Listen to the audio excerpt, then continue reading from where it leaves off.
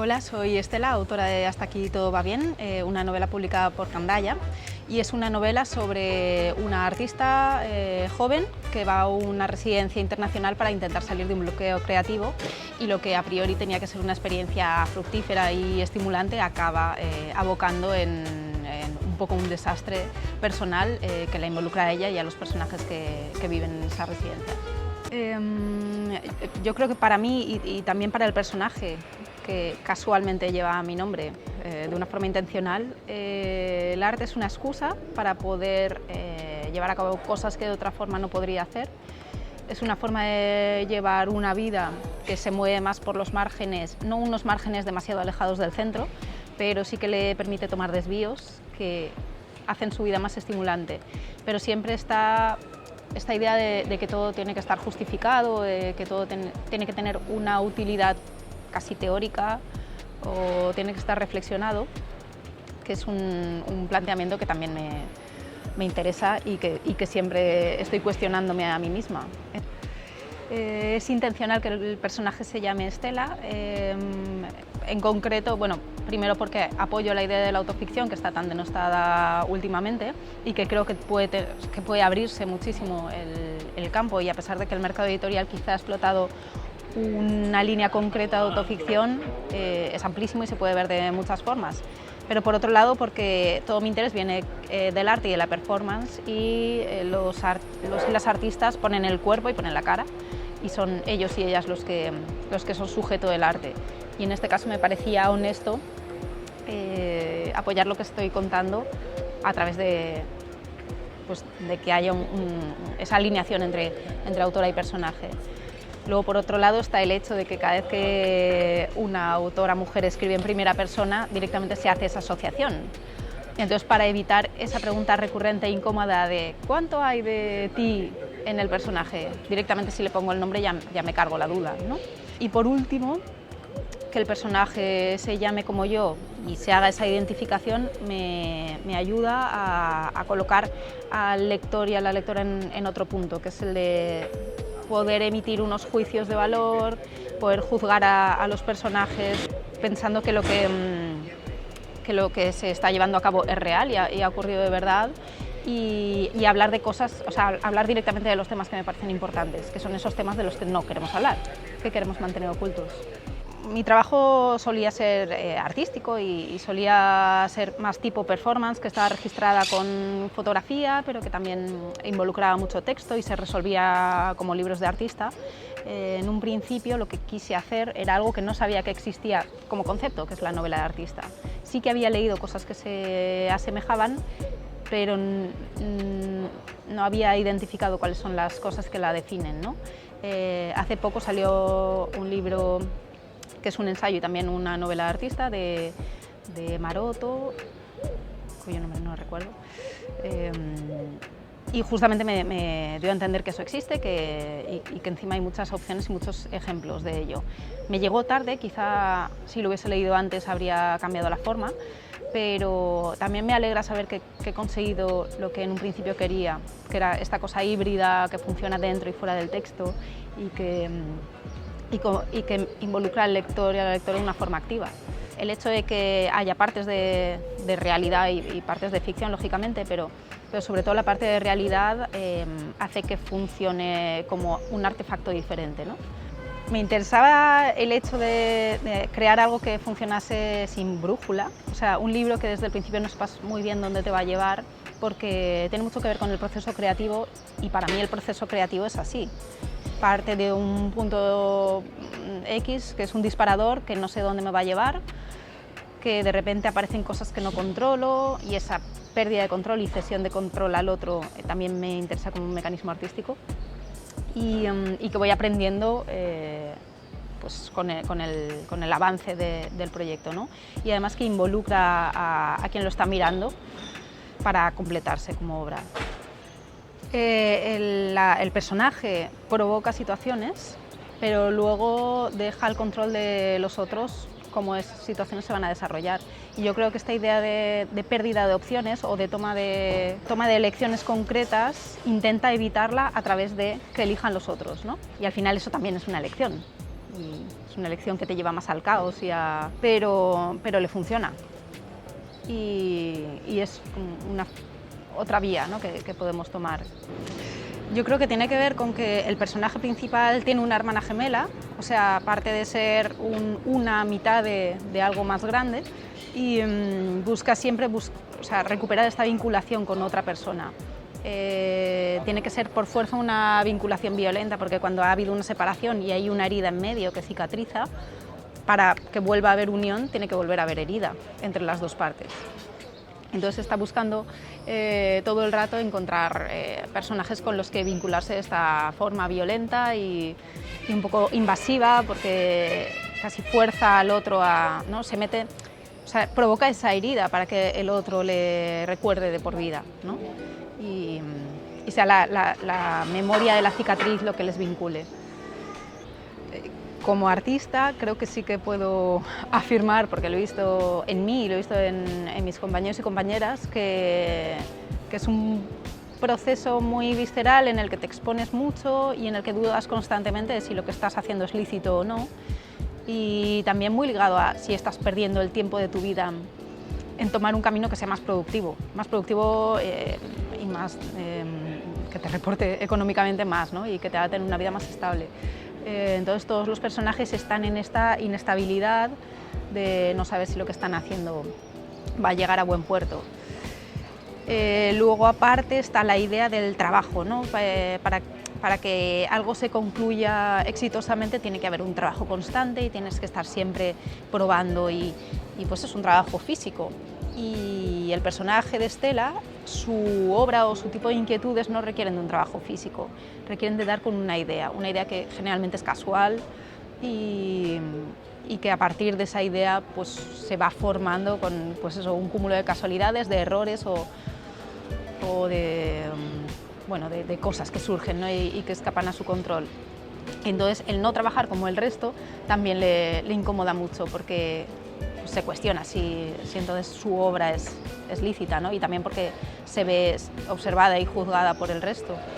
Entonces, claro, esta incomodidad que yo he vivido y que creo que la gente que crea también siente, es muy difícil crear y estar totalmente seguro de lo que estás haciendo. Tienes que estar ya en un momento muy avanzado de tu carrera y ni siquiera en esos casos ocurre. Es una pregunta que me hacen un montón, porque es verdad que el personaje violenta constantemente la privacidad del otro y es algo que yo también he hecho en mi trabajo como artista. Lo que pasa es que cuando lo he hecho siempre he buscado un consentimiento, aunque sea posterior. O sea, digamos que mis trabajos se basan en una invasión de la privacidad del otro, siempre dentro de los caminos legales, y que todos podríamos hacer, pero la observación a la privacidad del otro, por ejemplo, la hacemos todos y todas a través de redes sociales, pero cuando la explicitas, cuando das con una cámara o cuando recabas esa información, es cuando empieza a ser ilegal, o cuando empieza a ser cuestionable, o cuando empieza a ser acoso. Pero si lo hicieses tú, por ejemplo, en tu casa sin hablar con nadie, claro, este es el límite, ¿no?, de si no lo sabe nadie, es legal, ¿no? Entonces, en mis proyectos sí que he pedido siempre consentimiento, he expuesto lo que había hecho antes de presentarlo como obra terminada y el personaje no lo hace. Pero claro, porque el personaje está todo el rato en un flujo de pensamiento. En algún punto sí que puedes poner algo sin consentimiento y quizá ahí es donde entra la ficción, porque son límites que yo no cruzaría. A mí me gusta mucho la idea de excentricidad, no excentricidad pues como siempre pensamos en los artistas, ¿no?, pero la excentricidad como idea de estar fuera del centro.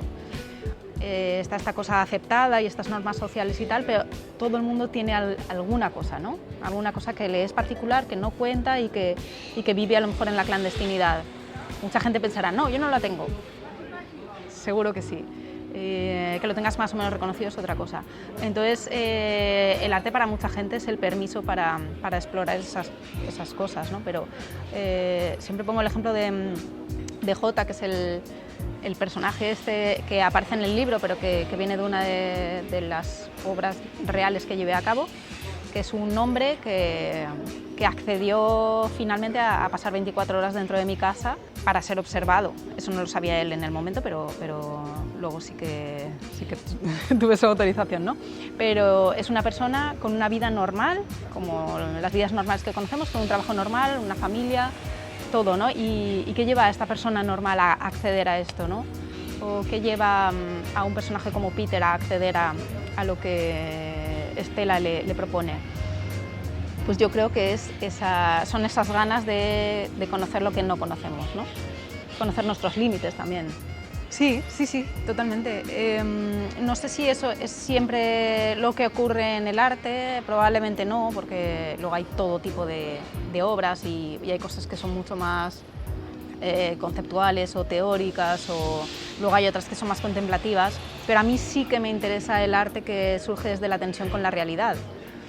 Y la tensión muchas veces se tiene que forzar, y yo creo que es lo que hace el personaje todo el rato, que es forzar la vida para sacarla del curso natural, ¿no? También porque ella se concibe casi como un espejo deforme de su hermana gemela, que sería la línea de la vida normal, ¿no? Trabajo normal, que luego es verdad que en todas las vidas pasan cosas, ¿no? Pero ella se construye como oposición a esa normalidad inalterable, pero siempre una distancia prudencial. No pasa nada que sea absolutamente atroz y que acabe con muy malas consecuencias. Entonces, a mí me gusta el arte que surge desde ahí, ¿no? De la vida cotidiana, de la incomodidad, pero sin ser totalmente radical. Luego hay muchas obras que tienen este mismo planteamiento, pero son desde el sentido del humor, no necesariamente tiene que ser todo horrible y atroz, que parece que muchas veces el arte se crea desde el dolor. Bueno, yo creo que es romántico en el término puro, ¿no? De romanticismo, pues el romanticismo estaba muy vinculado al horror, y yo siempre he estado bastante alineada con esa idea. No sé por qué la belleza para mí tiene tanto que ver con el dolor, quizá no siempre, pero creo que es verdad que hay algo de atracción para todo el mundo en ese horror, ¿no? En ese mirar en un accidente. Creo también que tiene que ver con lo que no conocemos, ¿no? Y queremos saber, y hay una curiosidad innata que nos lleva ahí. Que otra gente lo llame belleza o no, pues lo puedo entender, pero como mínimo sí que hay algo muy, muy atractivo, muy imantado, ¿no? Bueno, por esta lucha constante, ¿no? Entre la normalidad y lo raro, y la crueldad que le atrae un poco, pero a la vez está esta necesidad de estabilidad. Yo creo que tiene una lucha constante. Por eso justamente no está muy alejada del centro, o sea, siempre se mueve en la seguridad, porque no se quiere separar de esa vida. De hecho, también tiene que ver con lo de la elección de las posibles vidas, ¿no? Y luego también lo del el marido, que se haya casado, la vida estable, tenía bastante que ver con la idea de que no quería que hubiese una justificación para la actitud del personaje. De hecho, mucha gente me dice, es que no entiendo por qué actúa así, si nunca le ha pasado nada, no es que venga de un contexto muy desestructurado, muy horrible, y para mí era importante hablar de cuando eso surge de la nada, cuando es un impulso casi natural. Entonces, para mí tiene sentido en esa línea, ¿no? En lo que dentro, pues los personajes al final todos viven una vida bastante normal y normativa, pero tienen estas vinculaciones con la transgresión un poco puntuales y un poco destructivas, pero ni siquiera tanto. El personaje todo el rato quiere estar en la clandestinidad porque es lo que le permite explorar esos deseos que no están aceptados, pero luego necesita justificarse y por eso utiliza el arte para llevarlos a lo físico, ¿no? Para convencerse a sí misma de que eso ha tenido un sentido, ¿no? Y poner en orden la narrativa para sí misma. Pero es verdad que está la necesidad de desaparecer, porque estar oculta le permite explorar unos instintos mucho más oscuros, pero la necesidad de ser vista como forma de que reconozcan su propia existencia. Es una lucha que tiene y que no se acaba de resolver probablemente hasta el final, hasta el momento que se da cuenta de que forzar es... No me quiero pasar, pero... ¿Cómo decir esto? Bueno, sí, todo el rato está en esa tensión, todo el rato tiene que decidirse entre si quiere o no ser... Bueno, también es esa lucha entre si quiere o no ser artista, ¿no? Entre si quiere o no tener un reconocimiento. Yo creo que muchas cosas nos salvan de una vida triste. El arte es una de ellas, la literatura, el cine y cualquier estímulo creativo que nos haga sentir cosas que igual una vida lineal y que tiene su hacer la cena y pagar el IVA e ir al trabajo, a la oficina, nos puede un poco quemar, ¿no? Entonces de repente vas al cine y ves cosas que te mueven, que te sacan de tus problemáticas para meterte en otras cosas que te expanden la cabeza, y en ese sentido sí me parece que te salva. Luego al personaje le salva porque es un mecanismo para hacer lo que quiera.